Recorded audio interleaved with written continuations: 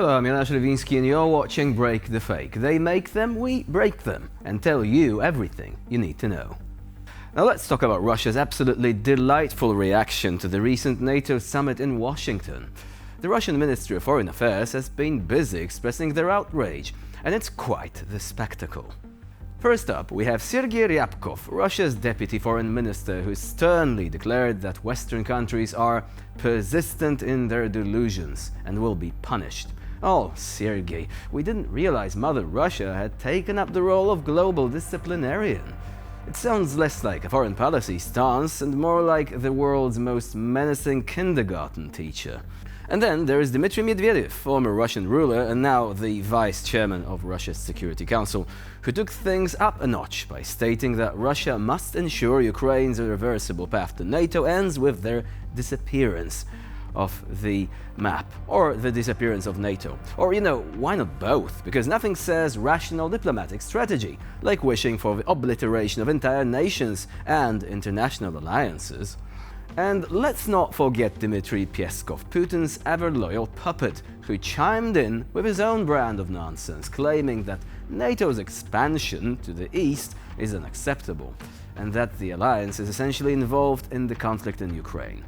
Peskov also mentioned that Russia doesn't want to participate in a peace summit with Ukraine because there is, and I quote, no agenda. No agenda? Really? I can think of one: stop invading other countries, but I guess that's a bit too straightforward for the Kremlin. So, to recap, we have Russia throwing a collective tantrum over NATO, threatening to punish the West, dreaming of a world without Ukraine or NATO, and refusing peace talks because they can't find a suitable agenda. It's like watching a geopolitical soap opera where the plot twists are written by someone who's had one too many shots of vodka. Вот ты смотришь на все это и просто понимаешь, как под аплодисменты мир катится к Третьей мировой. Ну, хочется процитировать тут популярную в социальных сетях фразу, которую часто приписывают Эйнштейну. Ну, Третья мировая хорошо проведут вооружениями современными, только Четвертая мировая будет палками уже, да, видимо, вестись. И все это под одобрение, аплодисменты европейских, скажем так, союзников США и непосредственно американской элиты. Вы знаете, если мы с вами будем разбирать выступление Байдена, что еще бросается в глаза, это заявление про необходимость конкуренции с российским ВПК. Дело в том, что Байден объявил, что Россия наращивает темпы своего оборонно-промышленного комплекса, и НАТО не должна отставать. Как мы можем укреплять щит? Кстати, это тоже манипулятивный прием. Они говорят щит постоянно, вот, для того, чтобы не показывать свои непосредственно амбиции. И на самом деле это никакой не щит. Это самое настоящее, они используют, знаете, копье, которое направлено в сердце России, расширяясь постоянно. Это что? Это продвижение этого копья все ближе к нашему сердцу, расширение НАТО на восток. Так вот, дальше говорит Байден, один ответ, и он должен заключаться в усилении нашей промышленной базы. Россия сейчас стоит на военных рельсах, она существенно наращивает производство вооружений, боеприпасов и транспортных средств. Далее Байден сказал, что Россия прибегает к помощи со стороны Китая, Северной Кореи и Ирана. То есть речь идет про новую гонку вооружений, в которую при Байдене Соединенные Штаты вступят вместе с использованием альянса НАТО.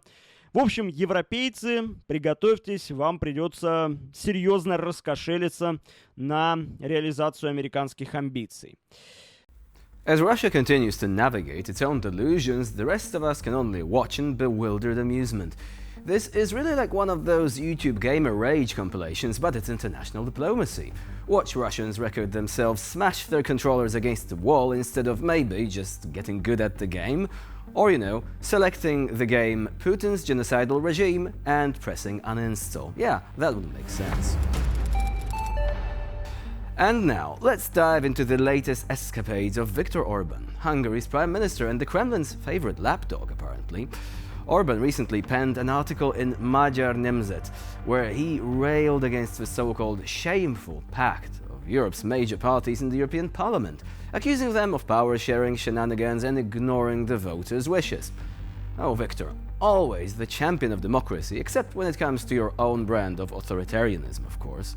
Orban lambasted the EU for its support of Ukraine in fending off the Russian invasion, claiming that the Union is on the brink of collapse due to its flawed migration policies and its reluctance to expand into the Western Balkans.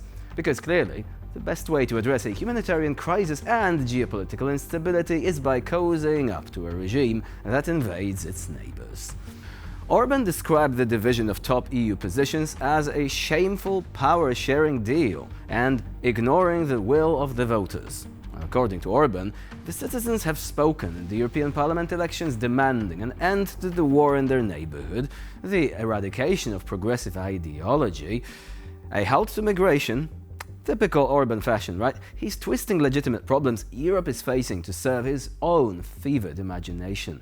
It is no surprise that Orban is becoming the Kremlin's darling and a true poster child for Russian propaganda. After all, nothing says, "I'm a staunch defender of European values," quite like undermining European unity and parroting Kremlin talking points. Что означает та миссия, которую сам Орбан называет миссией мира?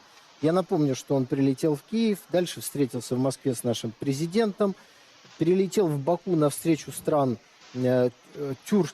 тюркских государств, дальше отправился в Китай и, наконец, прилетел в Америку на встречу руководства НАТО.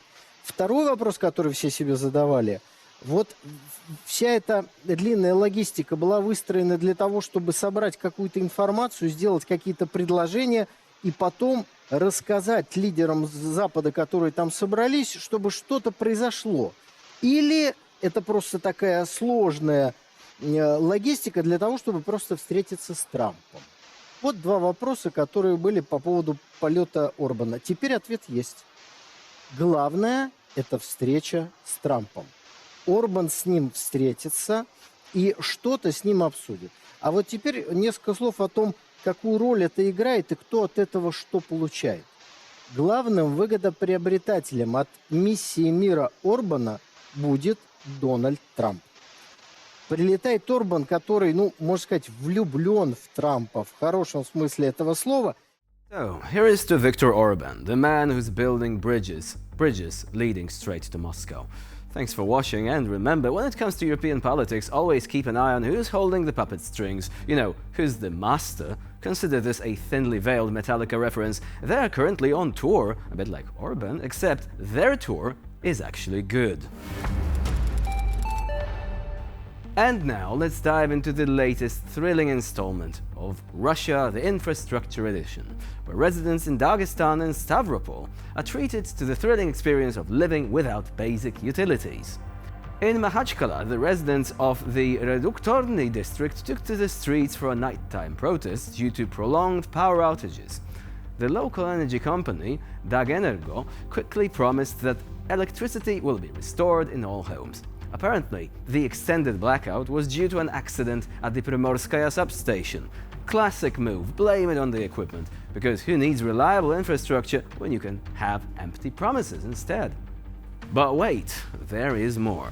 This isn't the first time Makhachkala has seen such protests. Just last month, residents were out in the streets again, this time over several day-long power cuts.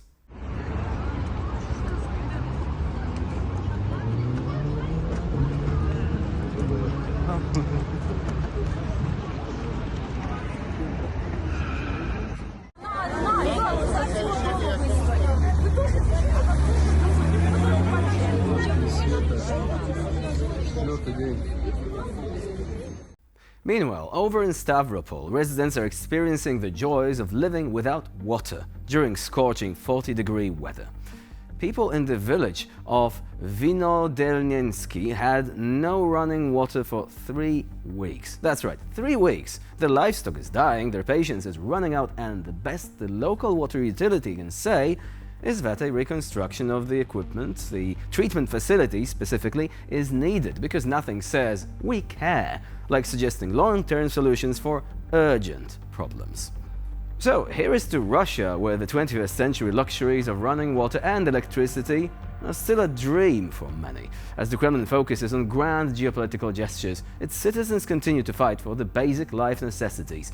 it seems that when it comes to Russia, the real power struggle might just be getting the lights back on. And with this, we conclude this edition of Break the Fake. Please stay with us here on TDP World for more latest news and updates.